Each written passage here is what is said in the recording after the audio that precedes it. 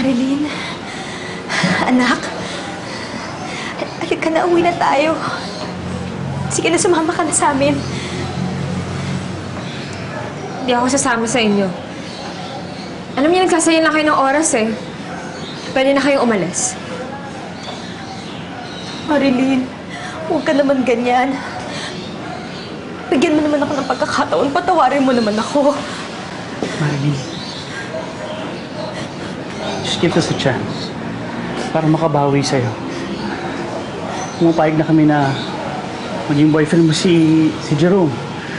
Gusto mo, kumbinsihin namin siya para makapagbalikan sa'yo. Huli na ang lahat. Ayaw na nga niya makipagbalikan sa akin eh. Nawala ang pinakamamahal ko, nasira ang relasyon namin ni Jerome nang dahil sa inyo. Pero Marilyn, huwag mo namang hayaang pati yung relasyon natin tuluyan ng masira. Bigyan mo kami ng pagkakataon.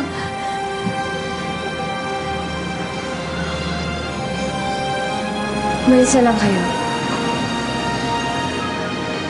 Nandito na ako sa bahay ko. Kasama ng nanay ko.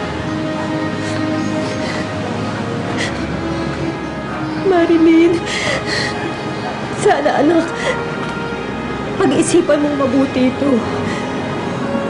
Nandito lang kami lagi para sa'yo.